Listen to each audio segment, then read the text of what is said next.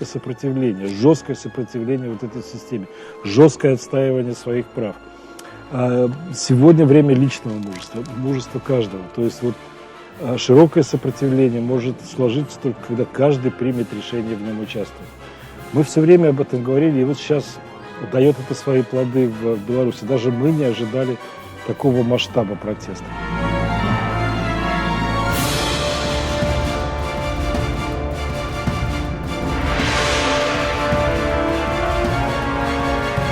Кругом враги. Бабуся, кругом враги. Вот. Ну да, действительно, кругом враги. А что с этим делать? Надо всех победить. Всех поизбить. Если кто-нибудь еще останется, то он будет подозрителен. Он может в будущем возродиться, восстать и навредить снова. Его надо добить до конца.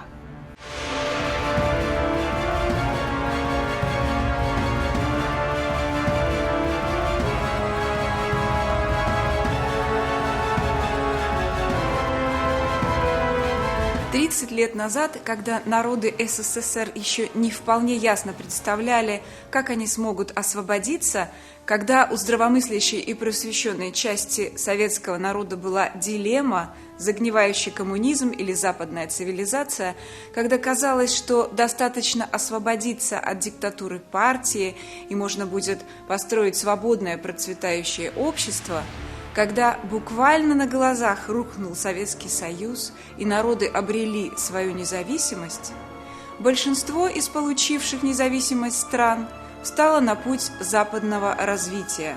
Не у всех путь был одинаков. Страны Балтии очень быстро вернулись в свое естественное состояние европейских стран. Другим пришлось тяжелее.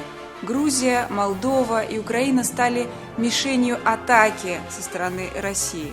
Внутри самой России народы Кавказа были поставлены на грань уничтожения. Страны Азии выбрали собственный путь. Армения и Беларусь оказались в зависимости от Российской Федерации. В последние месяцы мы видим, что народ Беларуси явно выразил свою волю, свое желание быть с Европой. Процессы, происходящие в Армении, тоже говорят о том, что большинство народа выбирает европейский путь. А что же Россия? Она не только не разжала свои челюсти, она еще сильнее встала на пути этих независимых государств к свободе. Потеряв влияние в Украине, продолжая вести войну уже 7-й год, банда Путина цепляется за последнюю возможность. Получив щелчок по носу от Молдовы, которая только что выбрала проевропейского президента Майю Санду, она понимает, что единственный союзник у них – это Лукашенко, который уже в безумии и страхе проливает кровь на улицах белорусских городов. В этой ситуации Путин и его окружение встали на курс полной изоляции, декларируя особый русский путь, враждебность европейским ценностям, имперские амбиции и усиление контроля и ограничений свобод внутри собственной страны. Сейчас очень важно, какую позицию займет народ. Либо он последует примеру белорусского общества и перейдет к активному сопротивлению, либо выберет путь подданных русского рейха.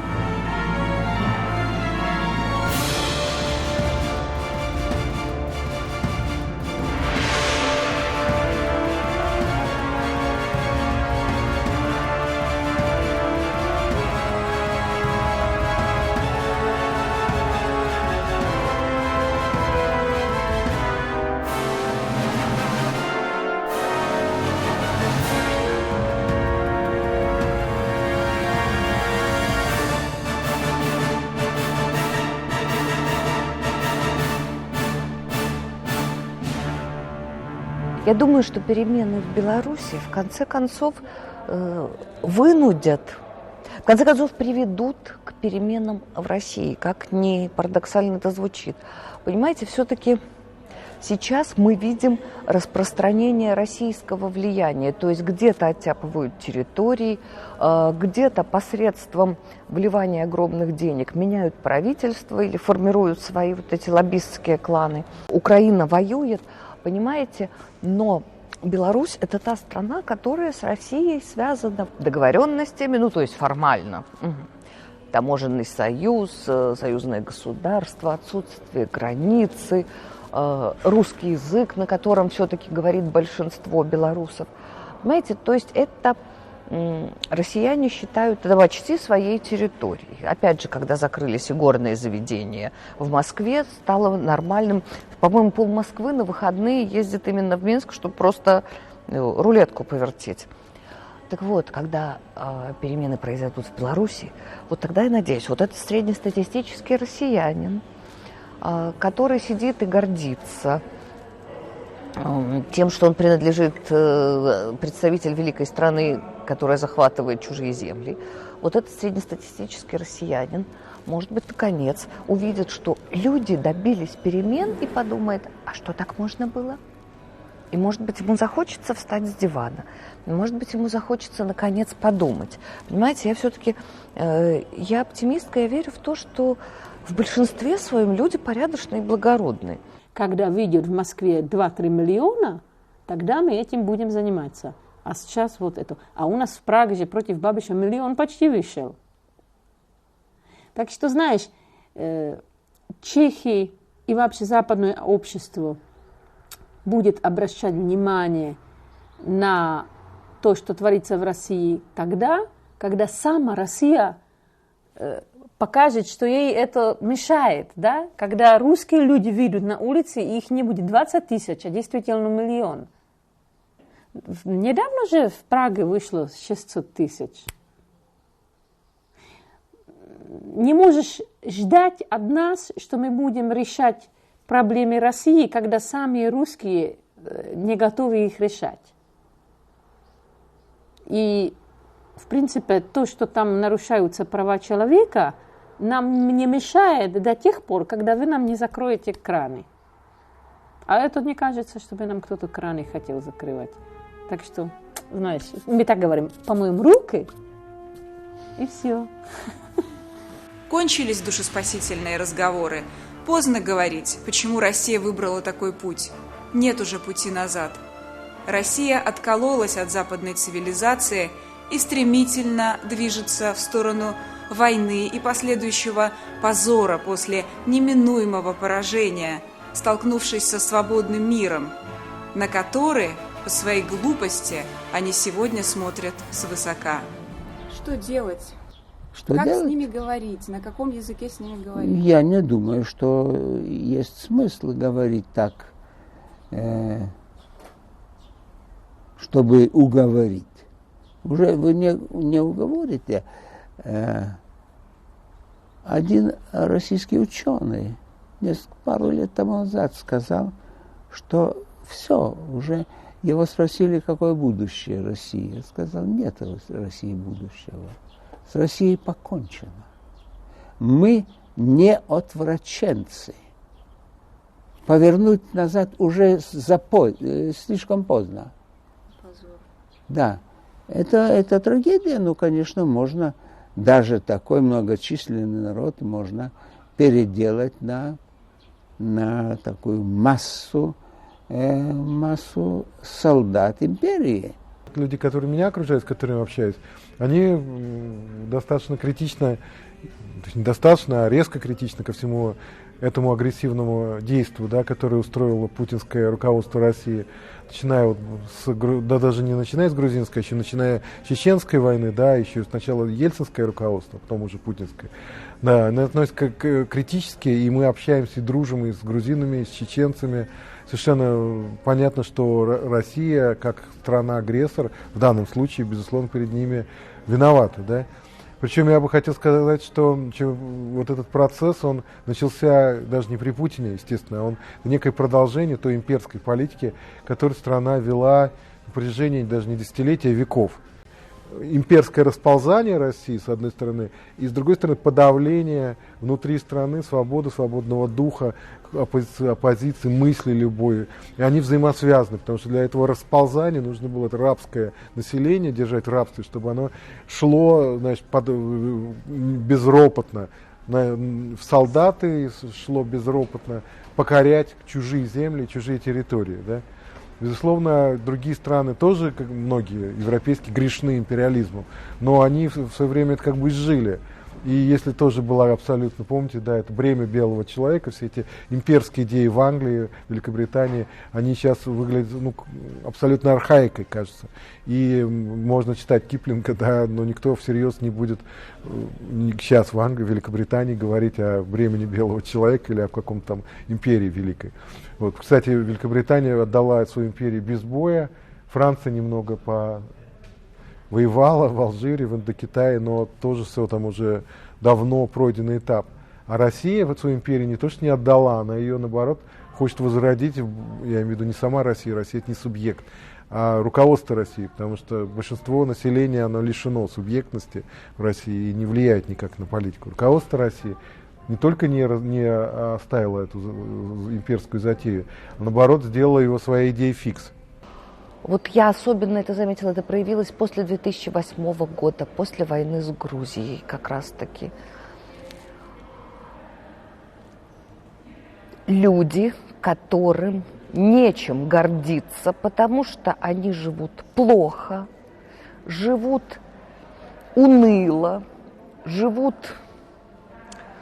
ничтожно, получили возможность гордиться чем-то. Но если нечем гордиться, вот тебе преподносят на блюдечке. Зато смотрите, мы великие, мы территории возвращаем. Мы оттяпываем и возвращаем их себе, как Советскому Союзу. Мы вот сейчас, мы еще вот эти территории возьмем, и вот эти возьмем, и еще вон те возьмем, и у нас будет страна еще больше, а потом она будет вообще от Бреста до Курил, как когда-то. А там уже можно и о дальнейшем расширении подумать. То есть у людей не могло быть ценностей, кроме как захват чужих территорий, просто потому, что больше им вот в этом обществе, в этой стране, где человеческая жизнь ничего не стоит, где образование ничего не стоит, где простые, обычные ценности, такие как порядочность, уважение друг к другу, достоинство ничего не стоит, соответственно, можно гордиться только способностью страны захватывать чужие территории. Я это почувствовала после 2008 года. Если вы спросите людей в России, я думаю, может быть, даже и самого Путина, он тоже на эту тему высказывался, и из его слов тоже это следовало. Это на самом деле обостренно, вот этот комплекс осажденной крепости, да, это сознание не экспансионистское само по себе, а скорее, наоборот, такое болезненно-оборонительное.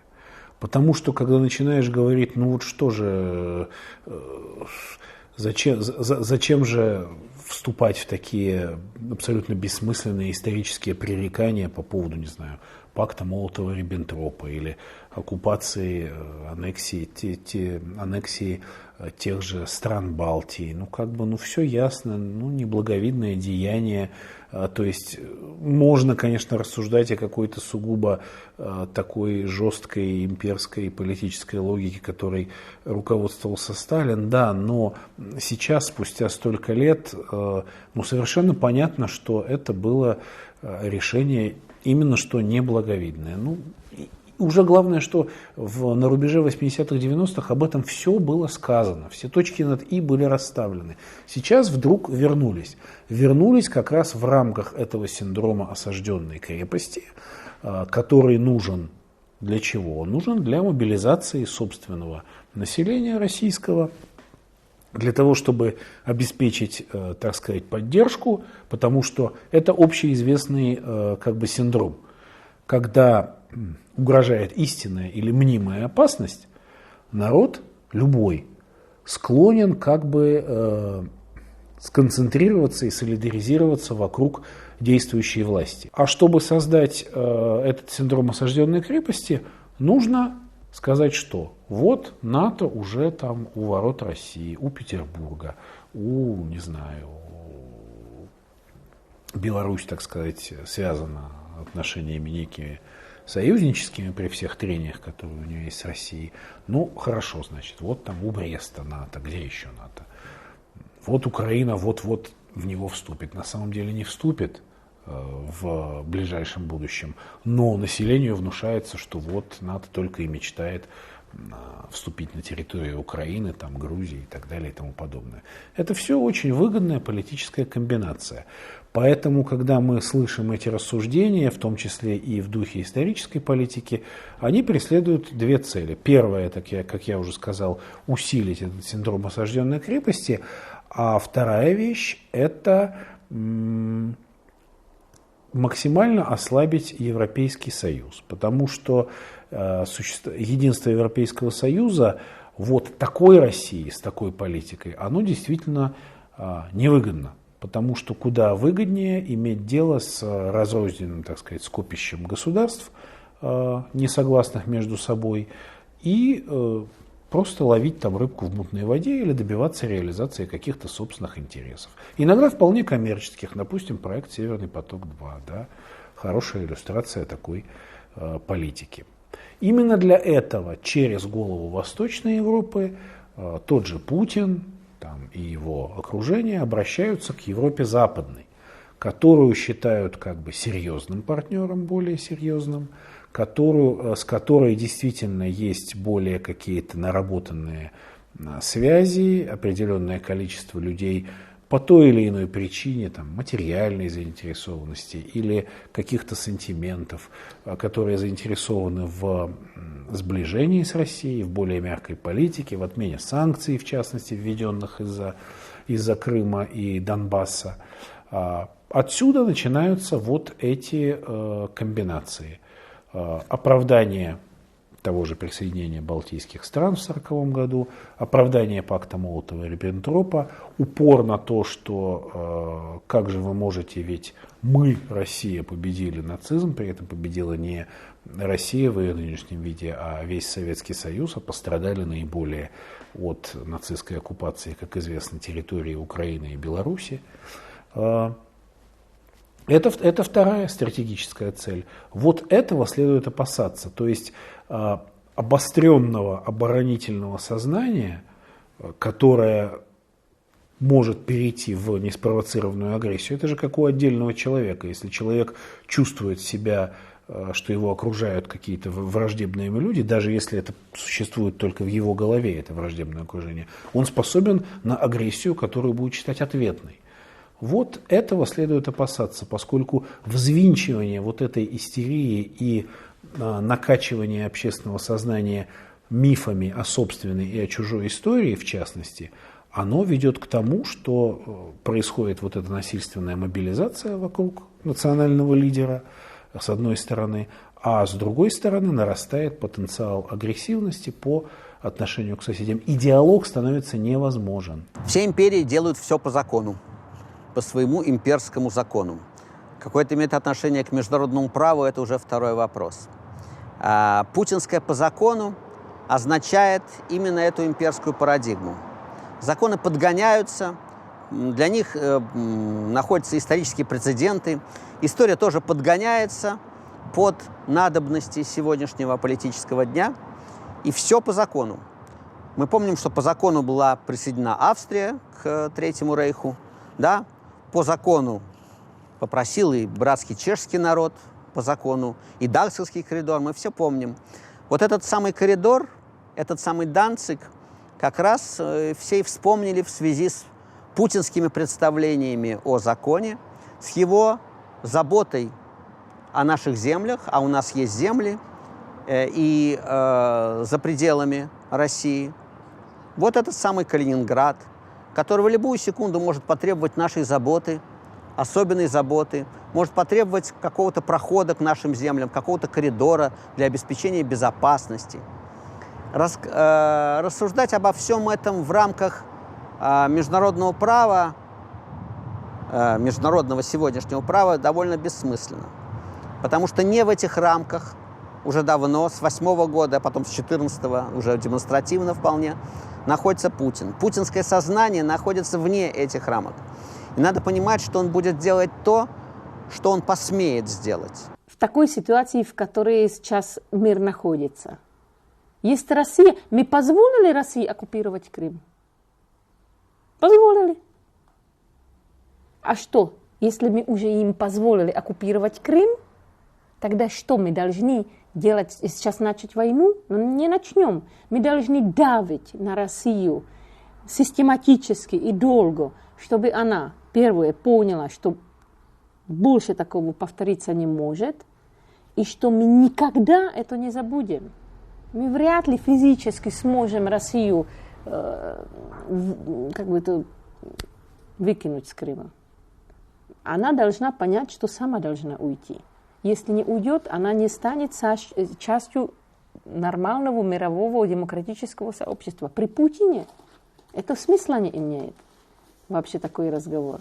Наши границы находятся там, где русская экспансия наткнется на непреодолимое сопротивление. Очень важный тезис. Здесь совершенно не важно, что Путин будет рассказывать бывшим покоренным народам, а важно то, что только там он остановится, где он наткнется на непреодолимое сопротивление. И если такое сопротивление он почувствует в Украине, в Польше, в Прибалтике, он не станет дразнить ядовитую змею босой ногой, он не станет пробовать силы. Ему ведь эта вся военная риторика нужна только для того, чтобы повышать градус, тонизировать российское же население, уверять их в том, что их судьба и их будущее связано с территориальной экспансией. На самом деле, если они почувствуют, что это непреодолимое сопротивление, это гениальное словосочетание Шульгина, они отступятся. И здесь важно, что делают эти народы для того, чтобы показать Путину, что игра не стоит свеч, что расходы будут не в меру больше, чем возможные доходы. Они делают это. Украинская армия, кстати, в отличие от ситуации 2014 года, когда украинская армия насчитывала 6 тысяч вооруженных человек, они полагались на гарантии союзников, в том числе и России. Сейчас в украинской армии 150 тысяч прекрасно вооруженных, и рассчитывать на то, что удастся каким-то маневром их завоевать, глупейшее, и Путин на это не пойдет. Вся его задача поддерживает тонус постоянными какими-то мелкими провокациями. Значит, решимость со стороны этих государств, чтобы показать, что сопротивление будет непреодолимым. Знаешь, по-моему, там есть граница, которую, если Москва перешагнет, это настоящие проблемы могут начаться, а это Прибалтика. Прибалтика как член НАТО. Но я не думаю, что в Кремле сидят люди, которые хотят какого-то конфликта, который бы Россия не могла выиграть. Экономически, я имею в виду. Мне кажется, что есть какая-то, знаешь, какая-то проволока. Они на нее стоят, и кто-то там считает, если упасть, не упасть. Им главное не упасть. А они тоже знают, как иметь эту границу. Я не думаю, что они ее перешагнут. Потому что экономически Россия не в самой хорошей ситуации. И уже не Советский Союз. Это тоже надо признать. При Советском Союзе то, что творится сейчас в России, бы просто невозможно было. И Путин, по-моему, то, что он не любит, это улица. Эти Майданы, эти всякие цветные революции, по-моему, это кошмар. Кошмар для него. И если у людей будет такой недостаток, что им уже все равно будет, они выйдут на улицы, тогда он понимает, что это серьезная проблема для него. А чтобы такого не было, ему надо продавать газ и нефть.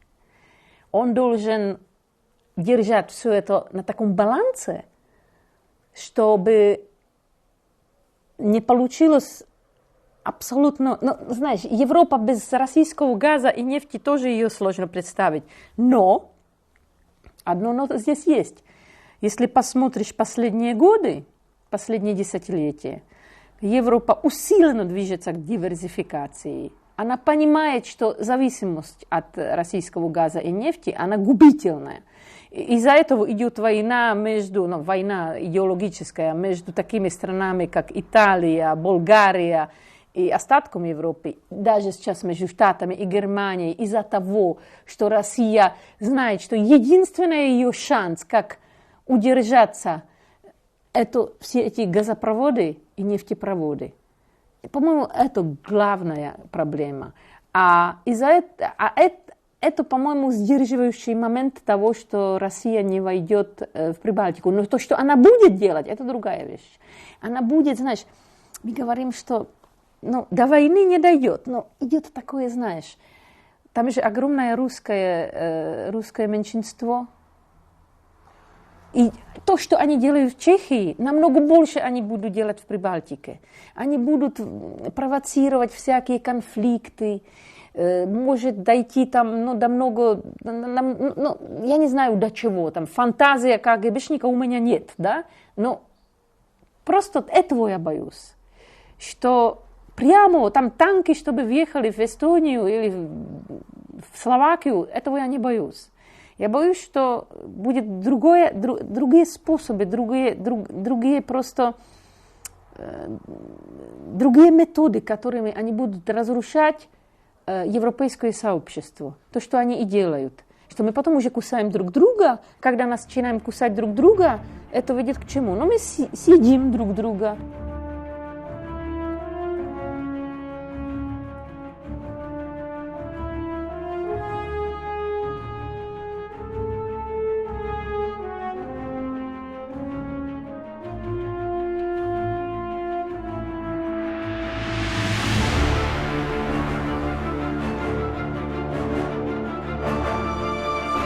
Как же быстро все это случилось. 30 лет как рухнул совок.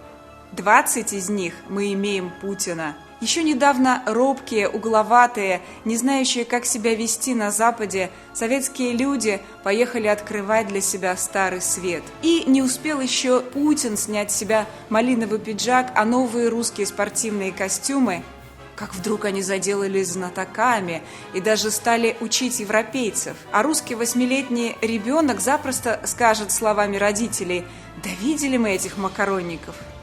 Вот после всех этих чудовищных унижений и ужаса советского времени, это же было все унизительно, да? То есть ты просыпался, начинались унижения, ты должен был куда-то идти, по радио что-то звучало. Ты не мог это переключить, оно звучало постоянно. Ты шел в школу, с тобой что-то происходило, всегда унизительное. Да. Тебя оставляли на классный час, где нужно было обсуждать какие-то непонятные вещи, Анджелу Дэвис, либо поощрять это, либо что-то еще. Это была бесконечная палка. Там были маленькие квартиры, у всех были маленькие квартиры. Не было секса, потому что в одной комнате лежала лежащая бабушка, в другой комнате были двое детей, которые двоечники готовили задания. Ну и, в общем-то, жизнь проходила,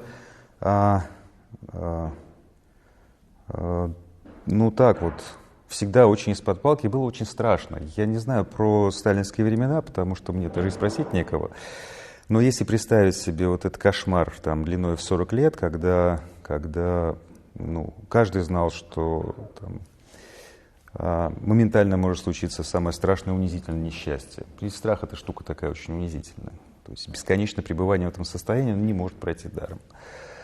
Как-то не очень осознанно люди приходили к тому, что они начинали гордиться русским балетом, хотя не понимали в нем ни бельбеса совершенно. Или великой русской литературы XIX века, которые тоже ничего не понимали. Но они знали, что на Западе любят нашего Достоевского. И это было повод для гордости.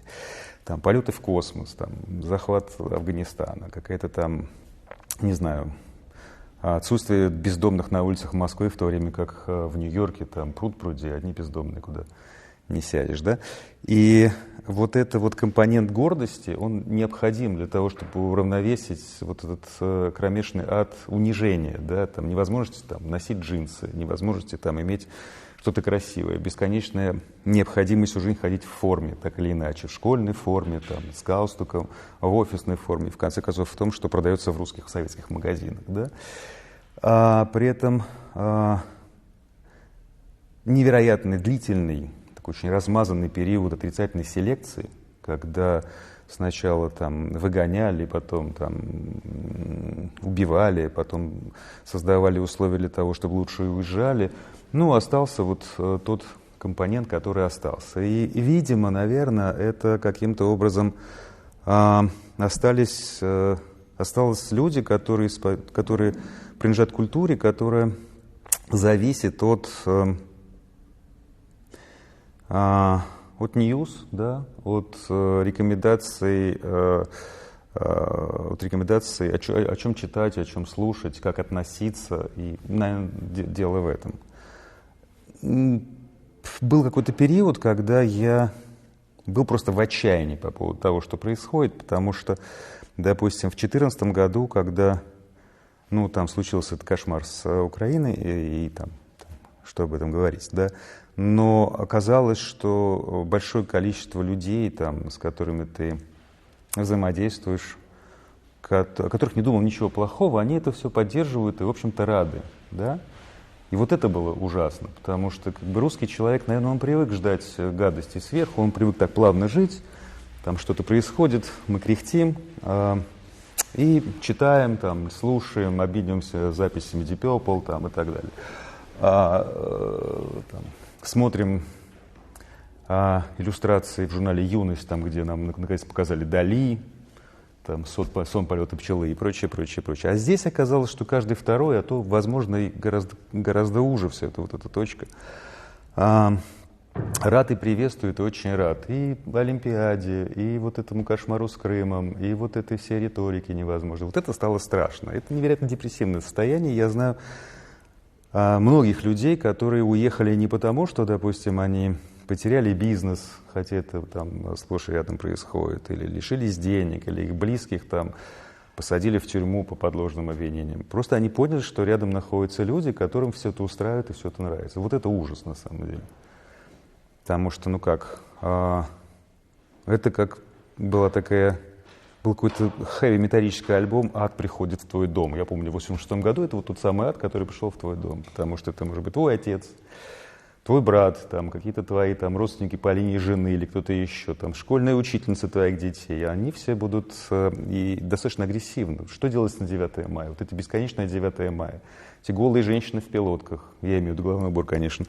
Вот эти все там можем повторить. Это же на самом деле вот как, плодит у людей, которые более или менее способны отдавать себе отчет в происходящем, это невероятно депрессивно, это просто сводит с ума, потому что тебе от этого просто некуда деться. И единственная правильная вещь, которая остается возможной, да, которую не запретил Путин и там все вот эти замечательные люди, это возможность уезжать за пределы этой территории. То есть приходить в Шереметьево и получать, вот, знаете, как в храм приходишь, да? Приходишь в Шереметьево и бьешь челом на паспортном контроле. И Господь тебя выпускает.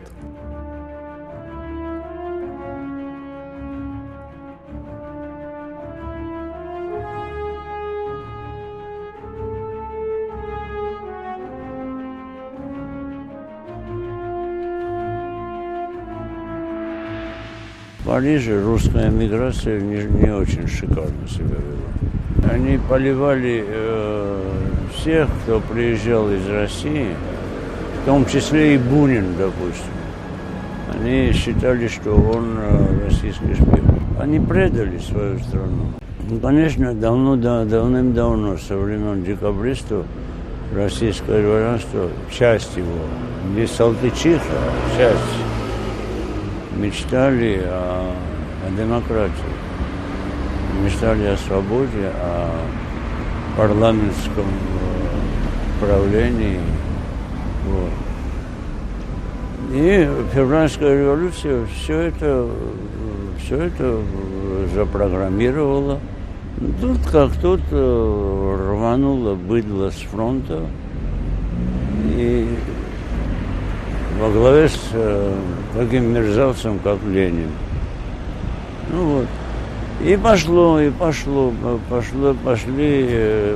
чистка, пошли расстрелы, пошли. Вот. И самое ужасное, что был философский пароход, на котором выслали всю интеллигенцию, думающую.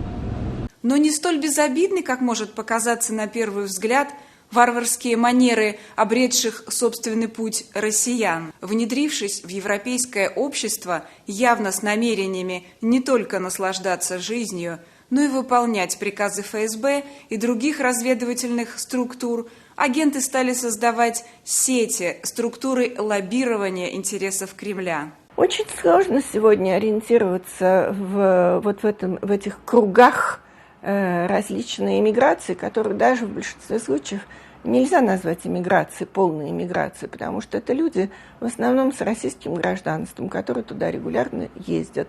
У многих людей, которые тут живут, есть российская пенсия. Они там не декларируют, что они живут во Франции, сохраняют там свою квартиру. То есть фактически живут на 2 дома. И, соответственно, даже если это совершенно не агенты влияния, это делает их очень осторожными и не дает им, так сказать, участвовать в каких-то оппозиционных мероприятиях. Я вот помню, много лет тому назад был какой-то митинг в защиту каких-то там чеченцев в Париже, уже не помню деталей. И вот один наш знакомый, очень хороший художник, и его жена, которые именно так живут, в основном здесь, но немножко и в Москве, они пошли туда, но они не присоединились к этому митингу, они сели в кафе и издали смотрели, что происходит. Потому что как бы вот быть замеченным в открытую, да, наверняка все эти митинги, как только есть митинг, там, я не знаю, памяти Анны Политковской или в защиту каких-то российских политзаключенных, или там по поводу убийства Немцова и так далее, и так далее. Я уверена, что все это очень тщательно снимается и анализируется в посольстве. Теперь, как распознавать людей, которых можно было бы назвать агентами влияния? Ну, я думаю, что просто по их поведению, потому что они говорят, мы никогда не сможем доказать, что они реально получают деньги. Даже, я думаю, многие из них никаких денег не получают. Есть люди идейные. Кстати, такие люди есть и среди французов.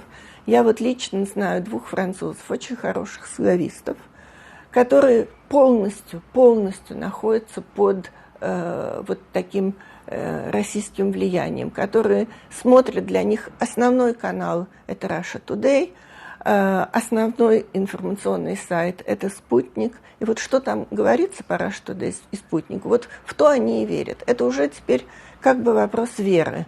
Вот они верят в это, и им можно рассказывать все, что угодно. Они просто не будут это слушать. Вот один из этих славистов как раз участвовал, прошли дни русской книги ежегодные, которые устраивает мэрия 5-го аррondissement Парижа.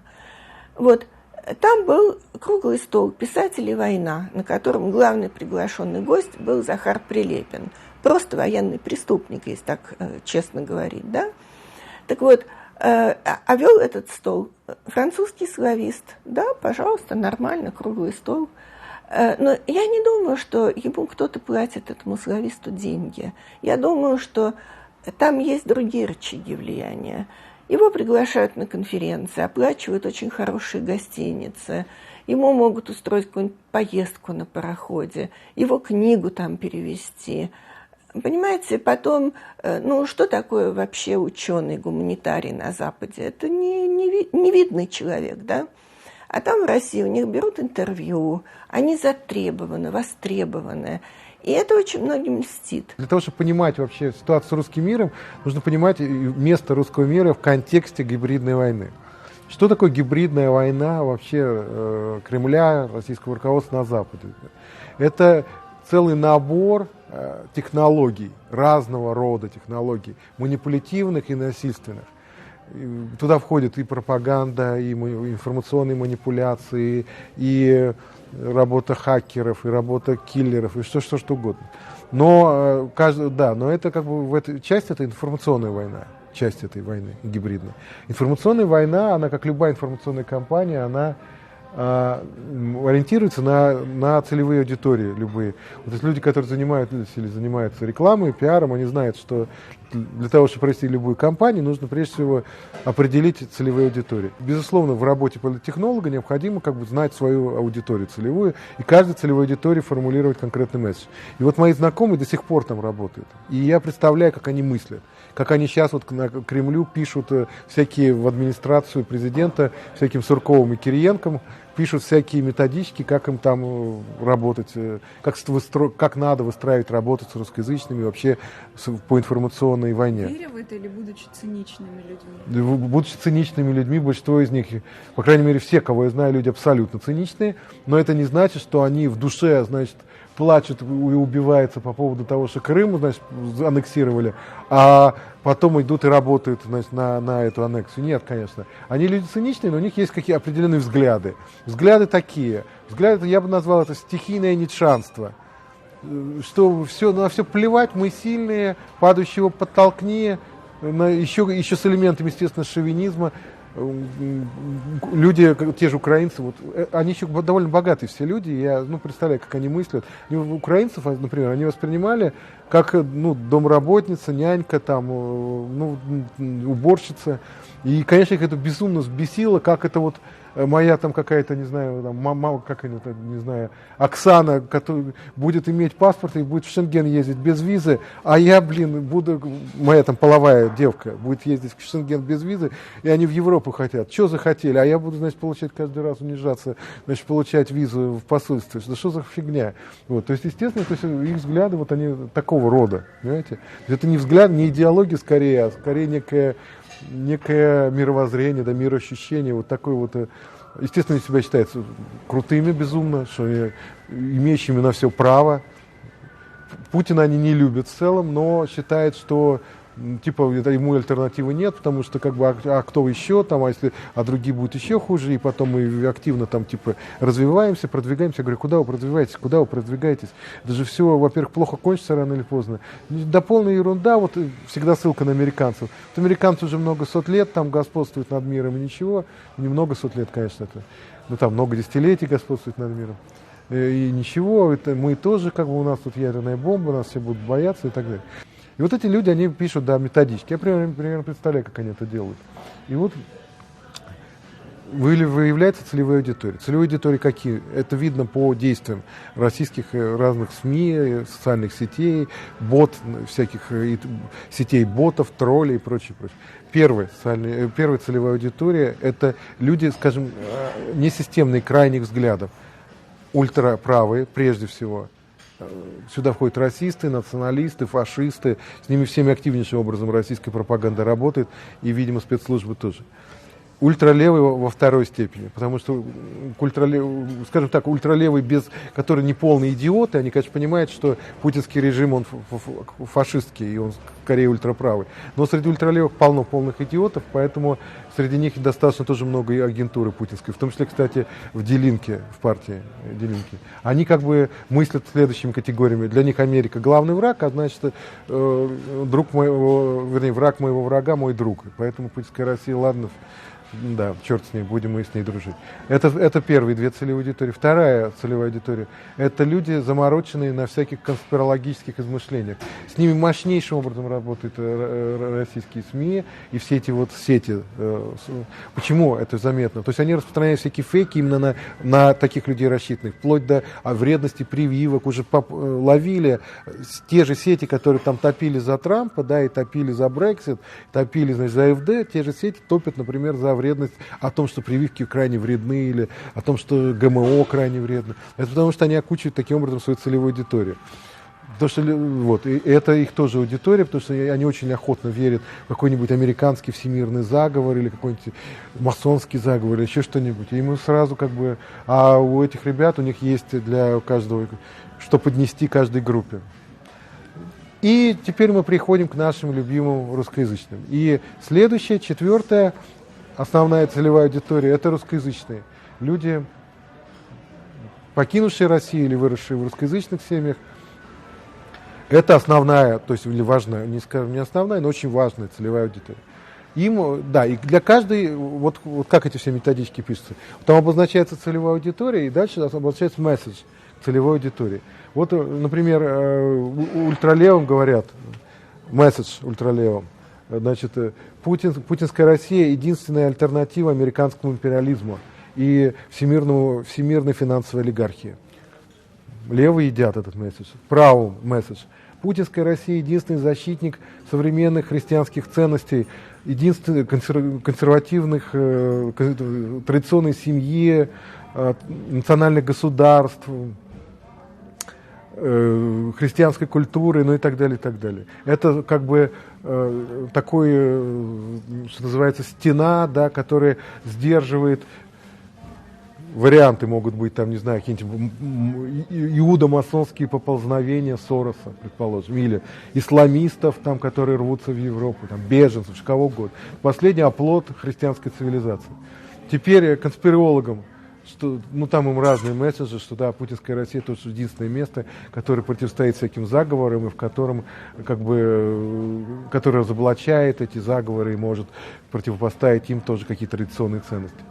И русскоязычным, что наша Родина — это Россия, Россия поднялась с колен, великий Путин ее ведет к счастью, а везде всемирный заговор против России, опять-таки, тема заговора очень важна, и особенно американские, все, значит, хотят нашу великую Россию обидеть, отнять у нее все ее ценности, природные ресурсы, сексуальную ориентацию правильную и все прочее. И вы, как бы, как человек русской культуры, вы должны нас защищать, а мы уж вас точно защитим и в случае чего тоже поможем. Вот так вот. Вот как бы это такая технология идет. А дальше уже, после месседжей, дальше идут там такие в этих методичках записи, каналы доставки месседжей. А каналы доставки тоже разные. То есть для западной аудитории это Russia Today, Спутник, дальше всякие бот и тролль-сети в интернете, в Фейсбуке и так далее, и так далее. Дальше идут уже различия, специализированные издания для ультраправых и их сети, и для ультралевых специализированные издания, для этих тоже есть конспирологов специализированные издания. А для русскоязычных это прежде всего федеральные телеканалы, прежде всего, и в меньшей степени, но тоже, наверное, это важно, вот в Германии здесь это есть, различные культурные типа ферайные и всякие листки бесплатные, которые в действительности довольно распространены среди русскоязычных. Почему? Потому что люди в основном не богатые, и платить деньги за газеты, которые здесь дорогие, естественно, никто не хочет за русские газеты. А эти листки, они есть в любой русской парикмахерской, не знаю, там, врача, русскоязычного юриста и прочее, прочее. Вот. И среди этих ферайнов очень много тех, которые контактируют вплотную, работают с Россотрудничеством, с фондом «Русский мир». Якунин? Нет, ни то, ни другое. Якунин — это диалог цивилизаций. Как Якунин, он здесь развернулся? Да, Якунин работает с западной элитой по подкупу и по коррумпированию западной элиты, политиков, интеллектуалов и прочее, прочее.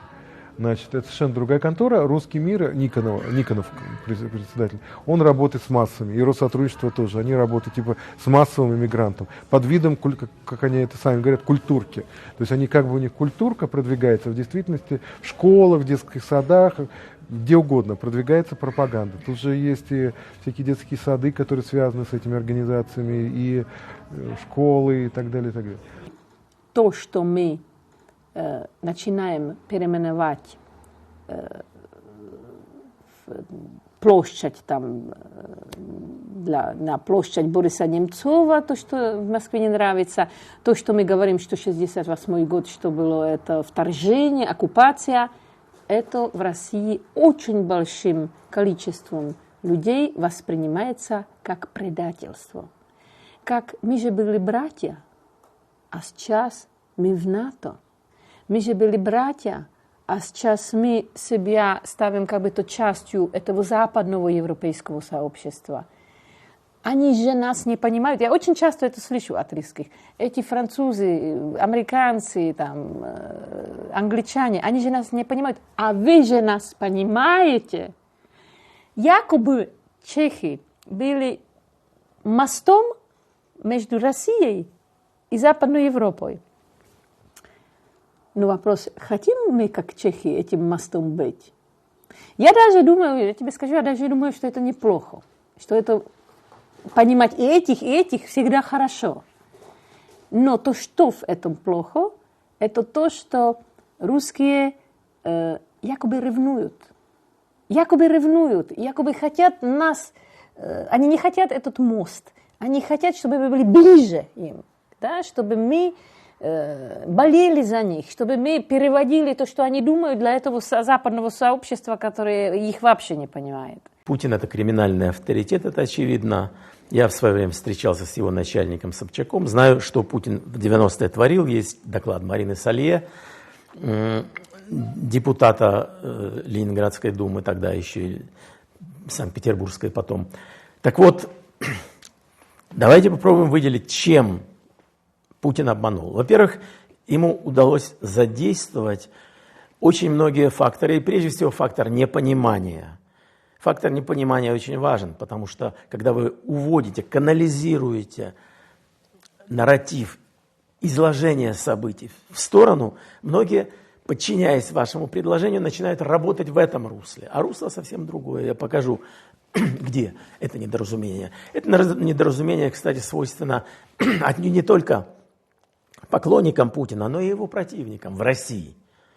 Так устроена либеральная мысль. Она хочет выявить недостатки путинского управления, а в действительности как бы подбрасывает поленья на костер его демонизации, а следовательно косвенно и героизации. Что же удерживает вокруг Путина русский народ? В чем его объединительная идея? Он делает опору только на имперскую часть, ментальную имперскую часть населения. Только здесь он может быть в выигрыше. Он проиграл экономику, он проиграл легитимность. Единственное, на чем он может вернуть легитимность, как он ее отчасти вернул в сознании россиян в 2014 году, это на внешнеполитических успехах. Он может играть только на этой струне, на той одной струне, как тот Акын из анекдота. У него фактически нету другой струны для россиян, нету другого поля, на котором он может выиграть. Именно поэтому вот такое внешнее продолжение темы имперской агрессии, продолжение побед именно военных не может не рассматриваться как, к сожалению, вполне реальное. Это сегодня кажется, может быть, совершенной фантазией, но кому казалось реальностью, аннексия Крыма или Донбасс? Осталась единственная нота, которую упорно давит на клавишах Володя Путин. Существует широко внедряемая на Западе путинскими агентами идея, что он небывало успешный руководитель, что народы Европы мечтали бы о таком лидере, что все смотрят на Россию, затаив дыхание от восхищения. Но когда Путин доиграет до конца свою незатейливую мелодию, и лакированный рояль под названием «Россия» рухнет, придавив великого пианиста, выбравшиеся из-под обломков россияне опять побредут искать помощи у соседей, у той же Беларуси, которая из чувства самосохранения бежит от России стремглав. Необходим сегодня гамбургский счет, сегодня необходим камертон, сегодня нам нужны лидеры, именно нам, на нашем пространстве постсоветском, потому что Восточная Европа, она освободилась, Центральная Европа. У них были лидеры, у них был Гавел, интеллектуал, у них был, хотя человек, я имею в виду Гавел, как интеллектуал, он много колебался, много сомневался, он сомневался до последних своих дней, насколько правилен был путь, я не имею в виду путь свободы, а путь организации жизни после обретения свободы. У поляков была другая история. Был электрик, лидер от народа Валенса, которого поддержали интеллектуалы. Были такие лидеры и у нас, это и в Белорусском народном фронте. Были такие лидеры и в России. К сожалению, многие из них погибли, умерли или вынуждены были уехать. Но вот сегодня этот вакуум лидерства, он настолько ощутим. Именно лидеров, которые не будут говорить, а давайте попробуем там вот поучаствовать все-таки в местных выборах. Это бессмысленно, надо бороться с системой.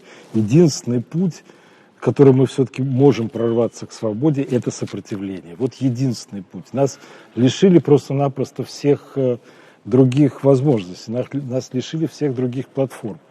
Даже если кто-то там пройдет в какую-то местную думу, как вот я часто слышу в России, в Беларуси я вообще не обращаю внимания на какие-то муниципальные местные выборы. А в России я слышу, если кто-то пройдет, может изменить ситуацию. Вот мы с Борисом Немцовым об этом спорили. Ну зачем тебе этот Ярославль? Нет, я там вот подниму Бучу. Ну поднял Бучу на местном уровне. Да, действительно мог много сделать. Но это все равно система уже привыкла с этим работать. И работает очень эффективно. И И все равно это используется и идет на пользу системе. Поэтому только сопротивление, жесткое сопротивление вот этой системе, жесткое отстаивание своих прав. Сегодня время личного мужества, мужества каждого. То есть вот широкое сопротивление может сложиться только когда каждый примет решение в нем участвовать. Мы все время об этом говорили, и вот сейчас дает это свои плоды в Беларуси. Даже мы не ожидали такого масштаба протеста. Хотя мы вот с первых дней, я помню, прихода в оппозицию, мы все время обсуждали именно это. Именно это, что мы обязаны организовывать широкий протест. Что мы обязаны говорить людям, что без вашего участия ничего не будет. Потому что лидеров убивают. Лидеров сажают в тюрьмы. За лидерами постоянно идет охота. Но даже в сложных ситуациях лидеры всегда скажут, что нужно делать. Но без народа, который должен быть активным, а не пассивным, ничего не получится. Поэтому да, необходим гамбургский счет. Мы слишком далеко зашли, чтобы позволять себе видеть что-то положительное. Когда мне говорят, спрашивают там, что положительное, не может же быть всего отрицательное. Что положительное вот есть в диктатуре Лукашенко, например? Я говорю, ребята, вы что, с ума посходили? Да как это можно сейчас обсуждать? Вы хотите, чтобы я играл на его стороне? Не буду я это даже говорить. Ничего положительного нет. Он лишил народ жизни. Вот когда его уберут, или его убьют, или что угодно с ним случится, тогда я смогу, наверное, что-то найти. Но, уверяю вас, это будет мизер по сравнению с искалеченными жизнями миллионов. Да? Поэтому не надо вот поддаваться на такие, казалось бы, логические, но на самом деле демагогические приемчики. Но нельзя же все видеть в черном-белом цвете. Нет, нужно. Можно видеть цветным мир, если это не касается диктатуры. В эстетике нету цветов. В эстетике морали нету цветов. Их не может быть. Там может быть только черное и белое. Белое должно победить черное. Все кандидаты в президенты были арестованы прямо в день выборов. До такой степени обезумевший тиран Александр Лукашенко испугался, что его сметут. Тогда мой муж Андрей Санников тоже был кандидатом в президенты. Но он был единственным, кого арестовали еще и вместе с женой, то есть со мной. Другие кандидаты садились в тюрьму с начальниками своих штабов, например, с доверенными лицами, с активистами. Вот. Санников сел с женой, с начальником штаба, с доверенными лицами, тоже с активистами. Нашему сыну было тогда 3,5 года. И, честно говоря, вот для меня главный урок того времени, вот каждый раз навек прощайтесь, когда уходите на миг. Я не могла предположить, что мы очень нескоро вернемся. Мой муж вообще вернулся через 1,5 года. То есть, а для Даньки, которому было 3,5, понимаете, то есть треть его жизни тогдашней прошла просто без отца. Он не мог понять, он не мог поверить, он не понимал вообще, что происходит. Естественно, нас шантажировали со страшной силой. Я помню, ко мне приходили в СИЗО КГБ какие-то странные люди, ну, то есть, знаете, вот эти в серых костюмах, которые все Иваны Ивановичи или Петры Петровичи, люди без лиц, люди без фамилий, люди без какого-то бэкграунда. Они, то есть такой КГБшник, которого ты его на улице отличишь. Они все очень похожи между собой. И говорили, да, ну вот вам светит 15 лет, пятнашечка. Ну, то есть, когда вы выйдете, сыну вашему будет 18. Вырастет, впрочем, вряд ли он в 18 еще будет на воле. Понятно, что в детдоме он вырастет бандитом и к 18 уже, скорее всего, сядет. Вот это были такие обычные разговоры. Но, знаете, отличие наше от них в том, что мы читали книжки. Я все это уже читала. Вот когда они со мной разговаривали, я понимала, что я это читала. У Варлама Шаламова, у Евгении Гинзбург, у Александра Солженицына, у всех тех, чьи тюремные мемуары времен ГУЛАГа я успела прочитать.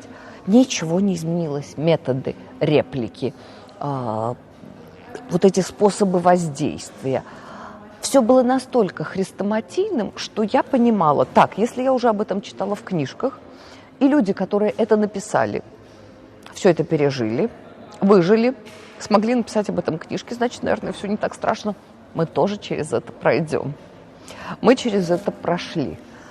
Но сейчас, когда я вижу, как арестовывают людей сотнями, как часть из них после отбытия 15-суточных, 10-суточных арестов переводят в СИЗО уже по обвинениям в уголовных статьях, по той же самой, в частности, 293-я организация массовых беспорядков, либо участие в массовых беспорядках, я понимаю, что ничего не изменилось, только изменились цифры.